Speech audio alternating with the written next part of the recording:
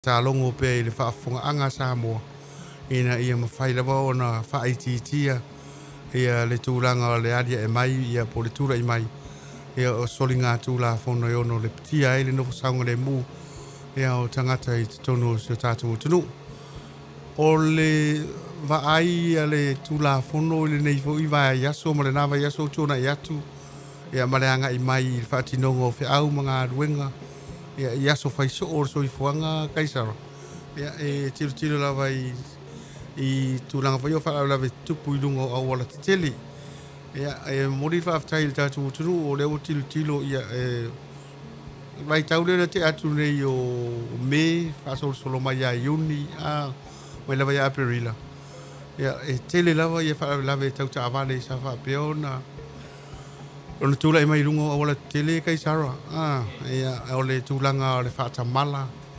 Ia o le tūlanga fo i o le whaatinoina o le aveina o ta avale ia o lo o iei nisi fo iso ngā tūla fono pe o le awe ta avale o na nā. Ia po iei fo inisi iei ma saro mianga o ila tau e whaafoina ta avale. Ia o lo o whaongaina ia nisi fo i o fuala au whaasaina pe o na masani on tātou taltala noa i tūla fono. I tūlanga fo i o marijuana ia ma tūlanga whapena. Ia o ia vaenga uma ia e ono tupu e whawhi tauli. Ia mo noa whaina ai le so i fua saunga le mu. Ia o tagata anu o se tātou tunu. Pe ia ona sila fia fo i e sa mo le te leo. Wharawelawe tau ta avale sa whapeon tūrai mai. O nisi wharawelawe sa whapeona. A vea i lawa so i fua o nisi tangata. O le mamalo le tātou tunu. Ia e le mawhai lawa o le tātou alo mai tūlanga whapena. Ia ai o le whautuanga lawa i e mwhai una tuina tu pe lungo tātou porkalame wa so umu. Ia tautua nā mai tātou tau aveina o tā avale. I le wawa ai o le saunga le mu i lungo o le titeli. Ia e le ngate i lea o le whautuaina o le mamalo le tunu.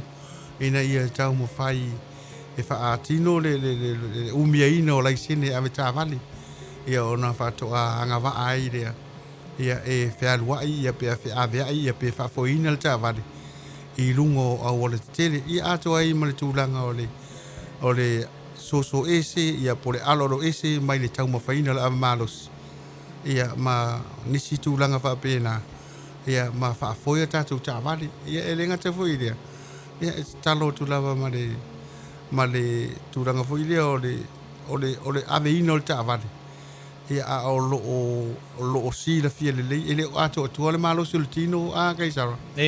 Pe ngase. Ia po o iei fwoi ni whawhita auri o le mawhau.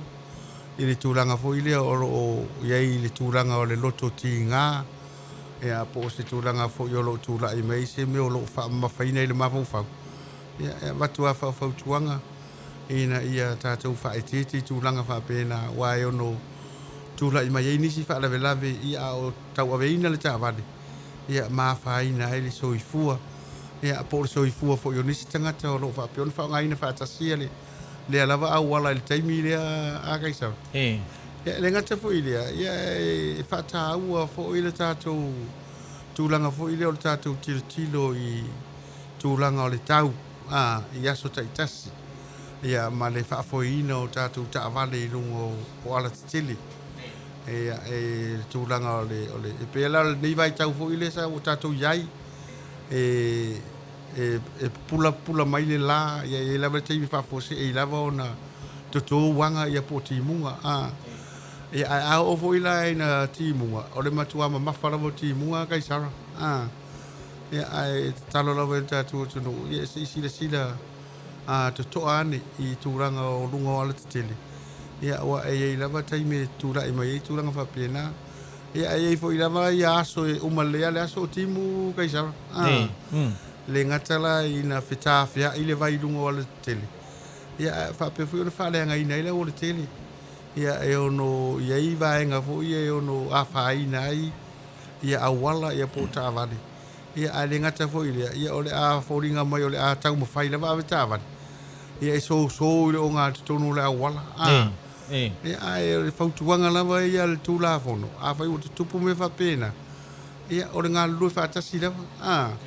e mawhai lava ona whaatalitali le si vaenga se ianga I mai le si vaenga pe avai atu ia ua fōringa mai o leo ua whao ngā mai e isi tā vale le o ngā tonu ono tūlanga fōi leo whai titi I vaenga fōi e ne I te iwa i ni si vaenga le au wala o le anga I le au tafa po lasi si tu wa e whapena e ngā lului whaatasi ina ia mawhai ona whaatu mauina lava le saunga le mu o whemalanga inga ia I lungo o le tele ia e nei foi vai aso le ua tatu whaalongolongo lava ia pei fōringa mai ua whaititi al tūra I mai o tupu whalawe lawe a kaisawa ia e whapena lava ia le tūlanga le leilna ia ma le tūlanga foi lea ua mai tauina tua ia tonu lava o le ua amana ia e avita avali ia nai whautuanga foi o lo whapeo le tu ina atu e le tātou porkalame ua le winga tonu leo le porkalame kaisawa le tātou te whaia nei ina ia whafangu ai pe toi whamanatu ai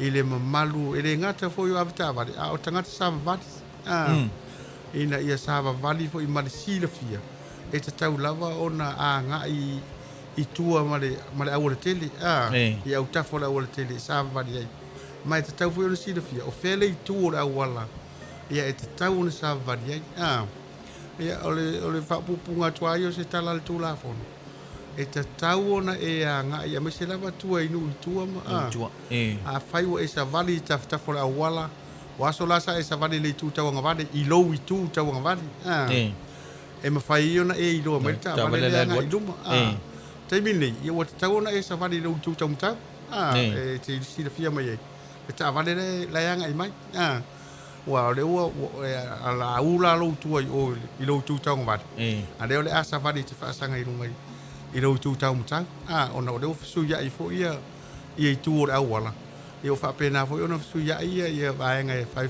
whemaranga I ta vali ia pe o I tūna e toi whaarau I loa tua ina ia tā o fia ia mawhai e ona e sila fia ia se tūlanga e o iei ia le whainga malanga mai le tā vale leo lo anga I mai a le te sila atu pe le wingal na o le mel na ia e I loa le tā vale la anga I mai ia ma se tūlanga o se whaarawe lawe whaafose e on tūra I mai a leo lo mwhai ona e sila atu iei ia ona se fei leo oe o lo mwhai ona maua sau whai unga e whai ia a o lo anga I mai ta vale le tūre te anga e tuai pe o se whairo ina na o le vaenga rea ina I whaataua I le tangata savadi e te tau lava o le savadi le tū sao e te tau ona savadi e nunga le teli tau whaasanga ta vale asanga ta vale le sau ia te ia anga I mai a te ia poro anga I mai le pito le anga e tuai ia pe o le tūlanga na ia e o foila I nei tau langa ia te talo o tuai le mamalo le tunu whaonga le kolosi o iei tauno le tau langa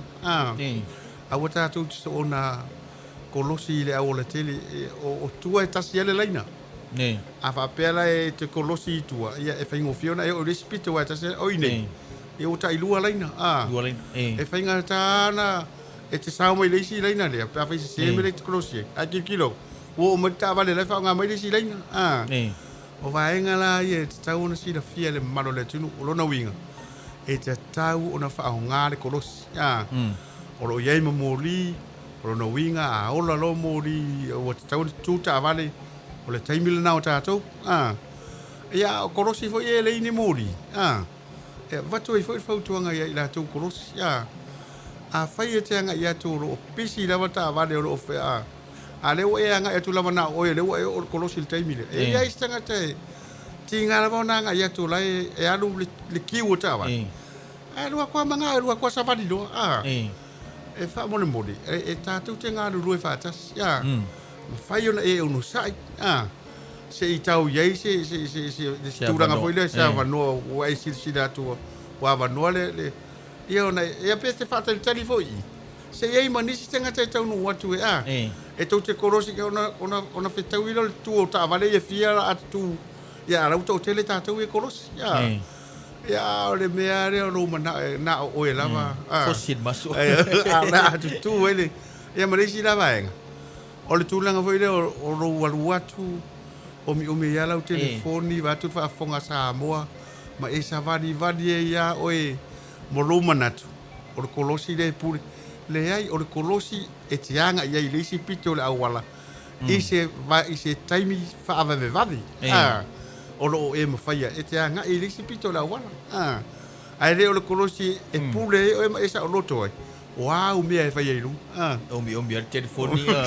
e alu aku koe kiki o yo a koe liu mai a wai isi alo foi pa whanau mo tanga wa pena o tilo ye koe kiki au le spiko ai koe liu mai a koe saunga i a le whaatari le mamalo le atunu le fio ta vale ye tu lungo la volte E mai se non fa ta wei do foi le o le limbo te mai. ya ta si le me o le tu wal ta mai titi e se vali ya ale se vali tanga ta matua a o alom whanau ia le o iei solato si le fia o bolo solato i do i le saunga le mu lau tele o tangata i lungo le tele ia e watu whawhautuanga i le mamalo le tatu o tunu o mea umalawa o le nāu iei wanofo whale a sa tu ia maa a le tūlanga fo i le o le whaatau a ina le tangata i o lana ia te tau e manatu i whai ale tangata ma maua i le tangata i le langona whaapito o manatu a ia te ia lava a ua le manatu i le to tele o isi tangata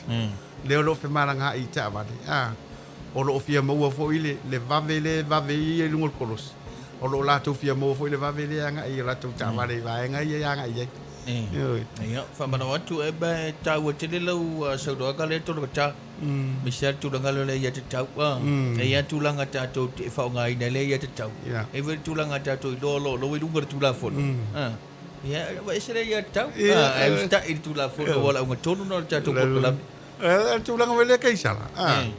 O le kolosi la wala. O laua ia tau le kolosi.